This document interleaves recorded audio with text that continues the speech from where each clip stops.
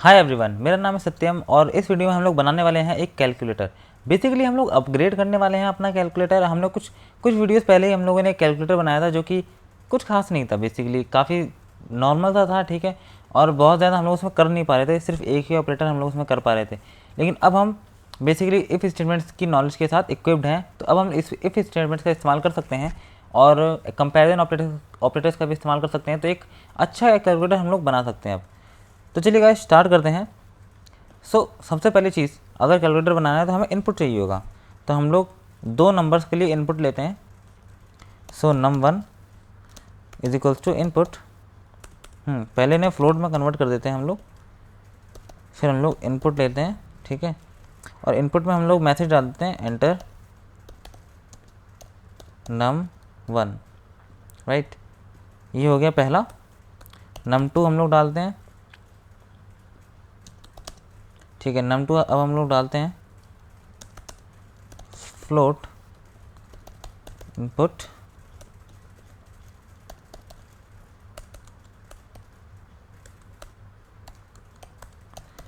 Enter num2।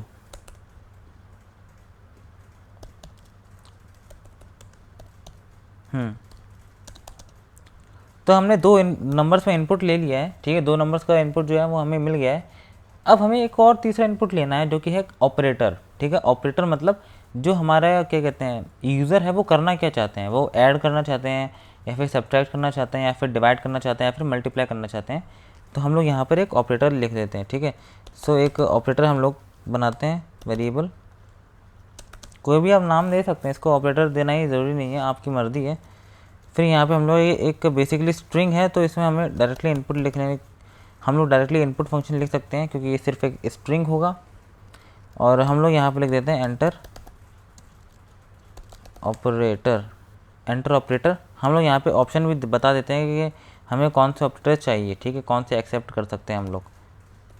तो हम लोग प्लस माइनस मल्टीप्लाई और डिवाइड, ये चार ऑपरेटर्स हैं जो कि हम लोग एक्सेप्ट करेंगे अपने कैलकुलेटर में। ओके, ये प्लस नहीं, ये तो इक्वल टू हो गया, ठीक है। ये चार ऑपरेटर्स हम लोग एक्सेप्ट कर सकते हैं, ठीक है। हमने ये ऑप्शन दे दिए हैं यूज़र को कि इनमें से कोई भी ऑपरेटर्स वो यहाँ पे लिख सकता है और एंटर दबा सकता है। बेसिकली अब हमें क्या करना है कि ठीक है, अब हमें यहाँ पे लिखना है, बेसिकली एक फंक्शन बनाना है कैलकुलेट का। अब हम लोग एक फंक्शन बनाएंगे कैलकुलेट वाला। यहाँ पे मैं डेफ लिख देता हूँ, डेफ कैलकुलेट हमारे फंक्शन का नाम है। इसके अंदर हम लोग यहाँ पे लिख देते हैं num1, या फिर आप कोई भी वेरिएबल इसमें डाल सकते हो, जैसे कि नंबर 1, नंबर 2, नंबर ऑपरेटर, ठीक है। तो अब हम लोग यहाँ पर बेसिकली हम अपना सारा लॉजिक लिखने वाले हैं। यहाँ पे हम लोग जिस भी तरीके से कैलकुलेटर बनाएंगे। सबसे पहले अगर इफ़ हम लोग ऑपरेटर चेक करेंगे, ऑपरेटर कौन सा है। अगर ऑपरेटर जो है वो इफ़ ऑपरेटर वेरिएबल का जो ऑपरेटर हमें मिला है वो की है double is equals two plus, ठीक है। अगर ये ऑपरेटर हमको मिला है तो हम लोग क्या करेंगे, रिटर्न करेंगे number 1 plus number 2, number 1 plus number 2, ठीक है। एलिफ यानी कि एल्स इफ जो ऑपरेटर है, ऑपरेटर जो है वो डबल इज इक्वल्स टू है वो माइनस का, ठीक है। अगर हम लोगों को माइनस मिला है तो हम लोग क्या करेंगे, सब्ट्रैक्ट कर देंगे। तो अब हम लोग यहाँ पे लिखते हैं रिटर्न नंबर 1 माइनस नंबर 2, ठीक है। अगर हमको मिला है कुछ और, ठीक है, एलिफ में अगर हमको मिला है मल्टीप्लाई, ठीक है, मल्टीप्लाई अगर हमको मिला है, जैसे कि ऑपरेटर हम लोग यहाँ पे लिखते हैं, कंपेयर करते हैं, मल्टीप्लाई अगर हमको मिला है यहाँ पे तो हम लोग क्या करेंगे, मल्टीप्लाई करेंगे। रिटर्न करते हैं नंबर 1। ओके, ये तो रन हो गया लगता है, खैर इसको बंद करता हूँ मैं अभी, ठीक है। अब नंबर 1 मल्टीप्लाई नंबर 2, उसके बाद हम लोग लास्ट में क्या होगा, लास्ट में बेसिकली हम लोग डिवाइड ही करेंगे। ये नंबर 2 है, तो अगर लास्ट है, लास्ट में आ गया तो हम लोग क्या करेंगे, डिवाइड ही करेंगे। तो एल्स में हम लोग लिखते हैं यहाँ पे। अब यहाँ एल्स में सबसे पहले चेक करना होगा कि जो नंबर 2 है, ठीक है, क्योंकि हम लोग नंबर 1 डिवाइडेड बाय नंबर 2 करेंगे ना, तो अगर डिवाइड कर रहे हैं तो नंबर 2 को 0 नहीं होना चाहिए, क्योंकि हम लोग तब 0 से डिवाइड कर रहे होंगे, जो कि पॉसिबल नहीं है। तो हम लोग यहाँ पे चेक करते हैं, if number 2 is not equals to 0, ठीक है। अगर जो नंबर 2 है वो 0 नहीं है, तब हम लोग यहाँ पे डिवाइड करना स्टार्ट करेंगे। रिटर्न कर देंगे यहाँ पे हम लोग, return number 1 divided by number 2, ठीक है। ये रिटर्न हो जाएगा। लेकिन अगर एल्स एलएफ डाल देते हैं डायरेक्टली, एलएफ नंबर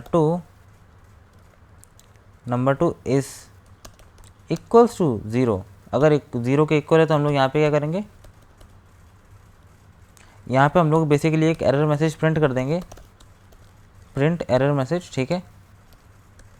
एरर आया है, नंबर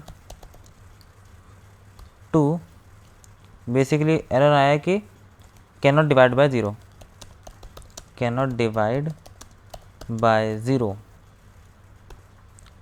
ओके, तो ये एरर मैसेज प्रिंट हो जाएगा हमारा। हमने बेसिकली अपना एक फंक्शन बना लिया कैलकुलेट, और हम लोगों ने पहले ही सीख लिया था कि कैलकुलेट ये फंक्शन हम लोग कैसे बनाते हैं पहले वीडियोस में। अगर आप कोर्स अभी तक फॉलो कर रहे हैं तो आपको ये सब कुछ आना चाहिए, आपको आता होगा ये सब कुछ।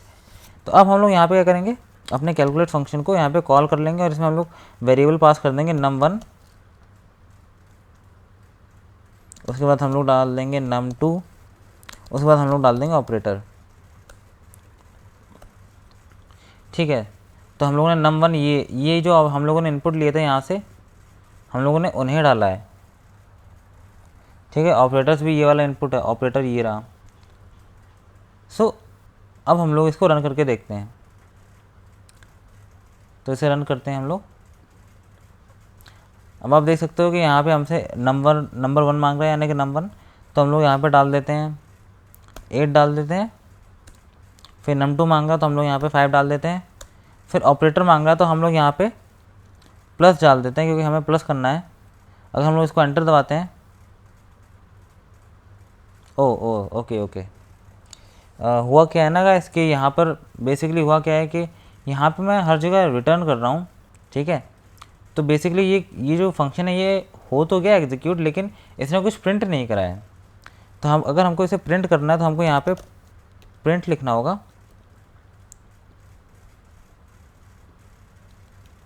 और अब हमें आंसर जो है वो प्रिंट होके आ जाएगा। तो अगर हम लोग इसके ऐसे अब रन करते हैं, अब हमें प्रिंट होके आना चाहिए आंसर। मैं दोबारा से 8 लिख रहा हूँ,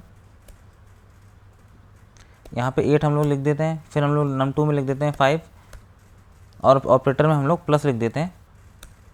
अब आप देख सकते हो कि यहाँ पे हमें 13 आया, जो कि सही आंसर है। हम लोग इसे दोबारा रन करके देखते हैं, और इस बार हम लोग डिवाइड करने की कोशिश करते हैं, क्योंकि माइनस और मल्टीप्लिकेशन तो अब आसान है ही, हो ही जाएगा वो।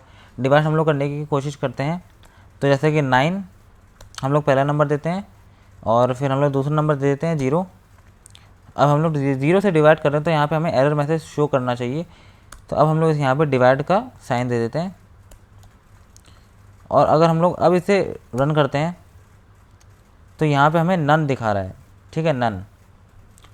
और यहाँ उसके ऊपर क्या लिखा है, इसके ऊपर लिखा है error message can not divide by 0। तो ये एरर मैसेज तो सही है, लेकिन ये नन क्यों दिखा रहा है? वेल, नन इसलिए दिखा रहा है क्योंकि यहाँ पर कुछ भी रिटर्न नहीं हुआ है, ठीक है। कैलकुलेट फंक्शन में हम लोगों ने लिखा था कि अगर नंबर 2 जो है वो 0 है डिवाइड के केस में, यानी कि एल्स के केस में, तो क्या होगा, कुछ रिटर्न नहीं होगा, यहाँ पे सिर्फ प्रिंट हो जाएगा। इसलिए यहाँ पर सिर्फ प्रिंट हुआ, और उसके बाद यहाँ पर हम लोगों ने कुछ प्रिंट करने की कोशिश करी, ठीक है। और यहाँ पे कुछ था ही नहीं, क्योंकि रिटर्न तो कुछ हुआ ही नहीं, हमारे फंक्शन थे इस समय इस केस में। तो यहाँ पे नन लिख के आ गया कि कुछ नहीं है, कुछ भी रिटर्न नहीं हुआ है, तो यहाँ पे कुछ भी प्रिंट नहीं कर सके। बस यही बात है। अगर आपको यहाँ पे डायरेक्टली इस फंक्शन से प्रिंट करना है तो आप यहाँ क्या कर सकते हो, आप यहाँ पे क्या कर सकते हो, आप यहाँ पे कर सकते हो प्रिंट की जगह आप अगर रिटर्न लिखोगे तो आपको ना बेसिकली एक ये जो एरर मैसेज है उसे रिटर्न कर दिया जाएगा, और फिर ये जो एरर मैसेज है वो यहाँ पर आएगा, इस कैलकुलेट फंक्शन से आएगा और यहाँ पे इस वाले प्रिंट फंक्शन से प्रिंट हो जाएगा। ठीक है, तो अगर मैं इसे दोबारा से रन करता हूँ, अब हम लोग डालते हैं इसमें 9, यहाँ पे डालते हैं 9 और यहाँ पे डाल देते हैं 0 और यहाँ पे डिवाइड डालते हैं।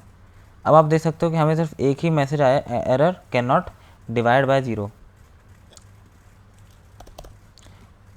सो बेसिकली इस तरीके से हम लोग एक नया कैलकुलेटर बना चुके हैं अभी। सो गाइस ये काफ़ी ज़्यादा बेहतर कैलकुलेटर है पिछले वाले से। पिछले वाले में बेसिकली हमें ऑपरेटर्स डालने का हमें कुछ पता नहीं था कि हम लोग ऑपरेटर्स को कैसे डालेंगे और उसका इस्तेमाल कैसे करेंगे।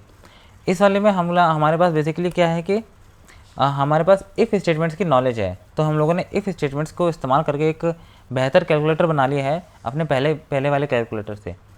तो ये काफ़ी ज़्यादा बेहतर है और इसमें आपको बस एक ग्राफिकल यूज़र इंटरफेस डालना है और आपका एक नॉर्मल सा कैलकुलेटर तैयार हो जाएगा।